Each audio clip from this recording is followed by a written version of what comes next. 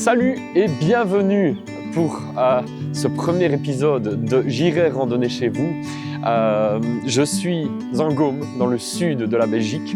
La Gaume est connue pour ses paysages vallonnés, ses points de vue impressionnants, connue aussi pour son terroir et son folklore aussi.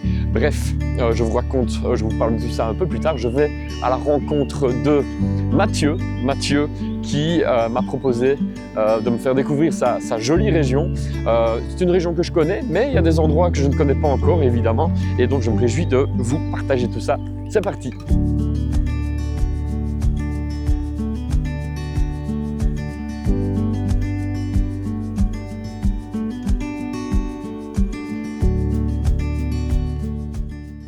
Salut! Salut Maxime, ça va? Comment vas-tu, Mathieu? Bienvenue ici. Merci pour l'accueil. Dans mon petit coin de paradis, la vallée de la Semois. On est du côté de Chigny, on va aller se balader du côté de la cuisine, on va aller un peu dans les épiaux. Donc on va voir un peu des différentes choses sympas. Là, c'est cool. Que ça te plaira et que ça plaira à tout le monde. Ouais, je me réjouis, ouais, c'est super beau. On a la chance, il fait beau en plus. Il fait magnifique, tu as super bien choisi ton jour pour venir. Je vois que tu es accompagné. Oui, en effet. Moi, Je te présente Ravenne. Oh, Ravenne, c'est beau. Elle ou il? Elle, c'est une femelle que j'ai depuis pas très longtemps. Je te raconterai l'histoire si tu veux. Ça marche. Bah, je te suis, je sais pas par où on peut aller. Allez, on peut aller par là. Ok. C'est parti.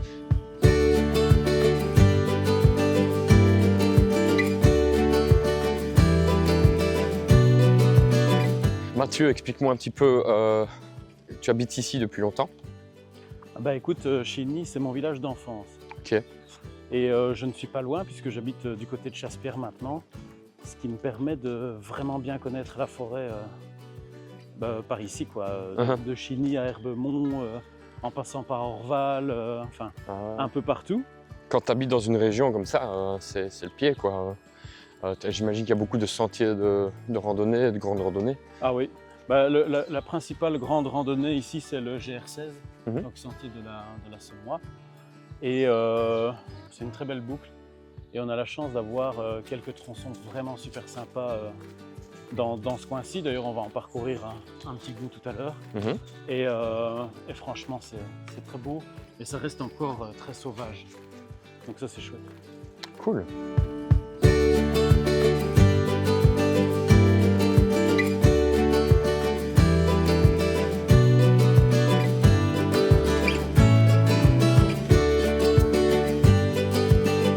Ça va?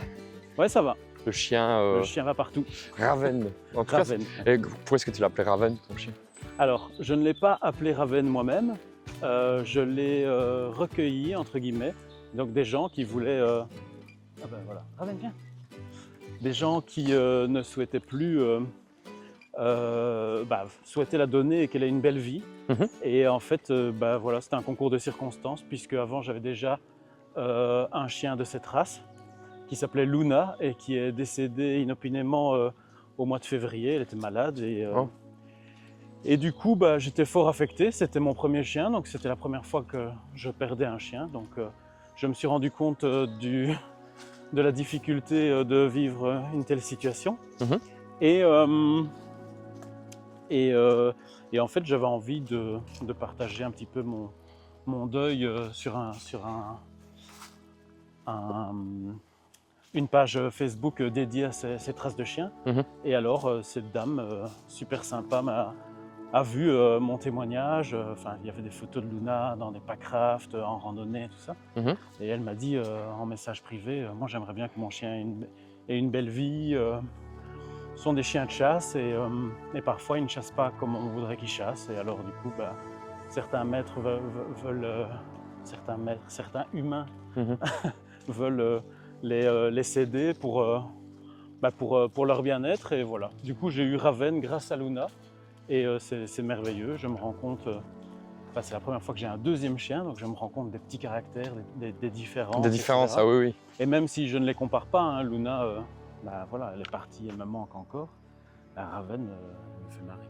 C'est un régal. C'est une belle histoire. C'est chouette. Bon, elle a l'air un petit peu peureuse. Oui, elle est un peu elle est un peu en mode zen aujourd'hui, Ah. elle n'est pas trop folle. J'espère que ça lui fait du bien de se balader un petit Oh peu, oui, j'imagine que oui. toujours, elle adore la forêt. Bon là, si j'ai cru comprendre qu'on allait vers un panorama au-dessus de la Semois. Exact. C'est la Semois qui passe ici. C'est la Semois, ouais. Comment s'appelle le panorama? Alors c'est le Rocher du Ha. Oui. C'est un des plus hauts rochers de la région. On l'appelle aussi le maître rocher, Ah ouais? maître roche. Mais c'est plus souvent le Rocher du Ha. C'est un endroit remarquable qui est sur quand même pas mal de publications en photo, etc. Mhm. Parce que ça offre une vue magnifique sur la vallée. Je t'avoue que je suis déjà allé et j'espérais retourner à ce genre d'endroit, donc ça me fait plaisir d'y retourner. C'est vrai que j'ai réalisé pas mal de reportages en Gaume. C'est une région que j'apprécie particulièrement, ne serait-ce que pour ces fameux points de vue justement, mais pas que. Tout à l'heure je disais dans l'introduction, il y a un terroir aussi. Il y a un terroir. J'imagine qu'on va pouvoir y goûter. C'est ce que tu m'as dit en tout cas Ouais. hors caméra. C'est pour ça que je porte un sac à dos. Pour ça que tu portes un sac à dos, moi je me réjouis. Oui, donc il y a un terroir et il y a aussi un folklore incroyable. Et puis les gens sont sympas en Gaume, j'ai l'impression. Je pense que les gens sont très sympas, on est assez ouverts et voilà. Parfois on est un peu vantard, il paraît. C'est vrai? Ouais. Des grosses gueules. Des grosses gueules, on exagère un peu des trucs. Ben, j'ai lu pas mal de choses sur Internet, pas sur des... Voilà, c'est des récits historiques, etc. Et on dit toujours que les Ardennais sont jalouses un peu les Gaumais, et les Ardennais aiment critiquer un petit peu les Gaumais qui sont enclins à la fête et à la beuverie, à la rigolade et aux grosses blagues un peu salaces. C'est pas faux. C'est pas faux. Bon, je pense que ce sont des légendes, mais ça explique aussi certaines choses. Je sais pas, en Ardennes, les gens sont sympas, mais ils ont l'air un peu plus rustres. Qu'en Gaume, on est beaucoup plus jovial. Est-ce que c'est une légende ou pas? C'est dû au microclimat, à mon avis. C'est dû au microclimat. Ouais, il fait un peu plus chaud, alors on est un peu plus chaleureux. Ah ouais. Enfin, je ne sais pas, je veux pas me Écoute, faire je te dirai ça fin de journée.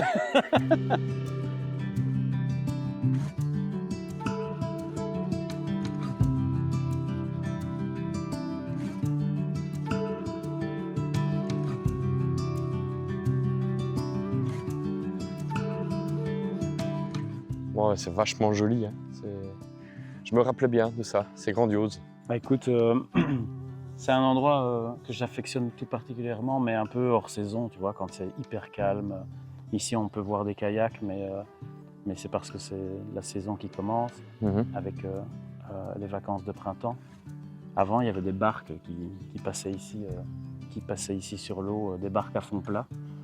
Ça faisait partie du patrimoine local et c'était aussi mon job d'étudiant. Ah oui. Et quand j'ai fait instituteur, j'ai même fait mon mémoire sur la descente en barque. Donc il y a beaucoup d'histoires, principalement de la tradition orale concernant les différents rochers qu'on expliquait aux gens. Donc c'était vraiment une descente de 8 km avec des personnes qui venaient pour voir un petit peu la rivière.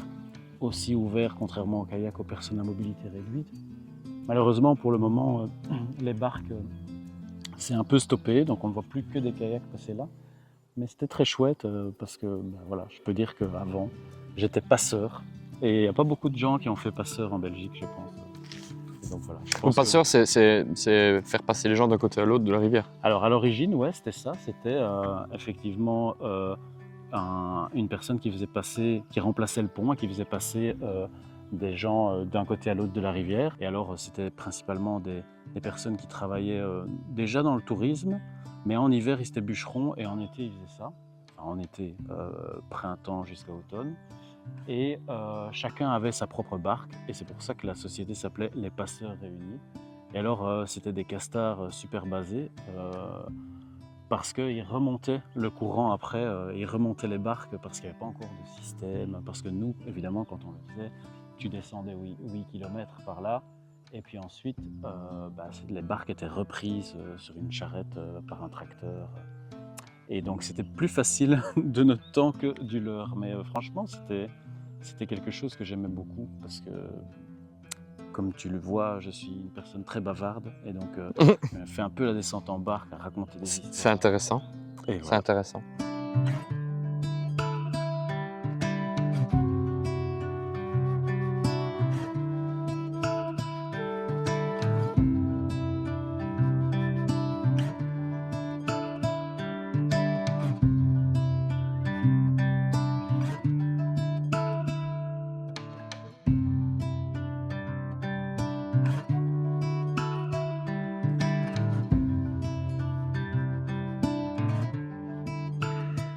Alors, on arrive à un point de vue, là. Ouais, c'est exactement l'endroit que j'ai choisi pour la pause de midi.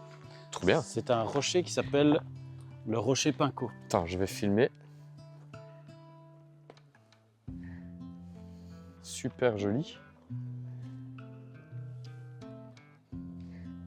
Alors, ce rocher Pinco, pourquoi est-ce qu'il s'appelle comme ça? C'est bizarre comme nom. Alors ouais, en effet, le rocher Pinco, ça vient du patois gaumais. En fait, quand les pêcheurs ou les passeurs arrivaient toujours ici en barque dans ce méandre, ils voyaient poster sur ce rocher ou aux alentours du rocher un peintre qui s'appelait Barthélemy. Il avait souvent son chevalet dans le coin ici.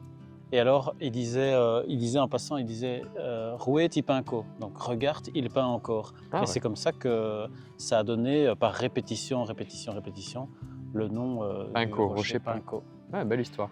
Et du coup, nous, on On va se poser là, je pense. va peinter plutôt. On va peinter.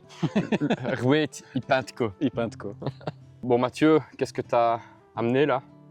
Alors ici, il y a des produits qui viennent bien sûr de Gaume, et puis d'autres, comme on est un peu à la frontière aussi un petit peu d'Ardennes, donc ici tu as de la boucherie de la ferme à l'assiette, des tranches de noix de jambon d'Ardenne.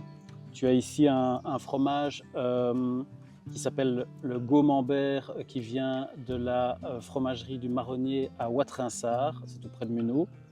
Ici, on a un fromage assez particulier dans le sens où c'est un fromage qui vient de l'abbaye d'Orval. Bon, ça, on n'a pas besoin vraiment de faire de la pub, mais on a un fromage qui ne se vend que là et qui est un fromage affiné. Et donc, on appelle ça le vieil or. Donc, c'est un fromage qui a vieilli pendant 3 mois, si je ne me trompe pas. Et là?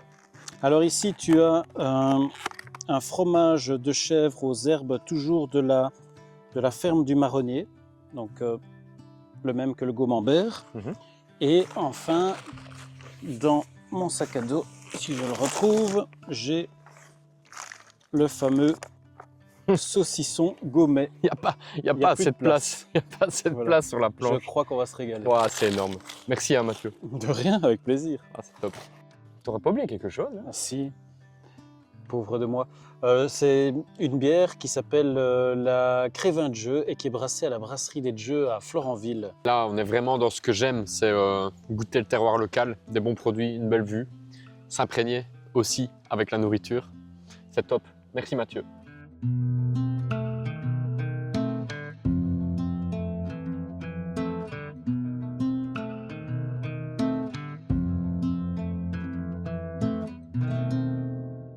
Bon Mathieu, après ce bon repas, cette bonne pause gourmande, on va dire ça comme ça, et très intéressante aussi, merci pour tes nombreuses explications, c'est Avec très plaisir. chouette. On va repartir, on repart dans quel sens? On va partir par là et ce que je te propose, c'est qu'on fasse une partie d'un ancien méandre de la Semois qui est maintenant asséché et on va basculer vers les Épious où on va essayer de voir quelques lacs qui servaient à la forge Roussel. En fait. C'était des lacs de forge. Ok, bien, c'est parti.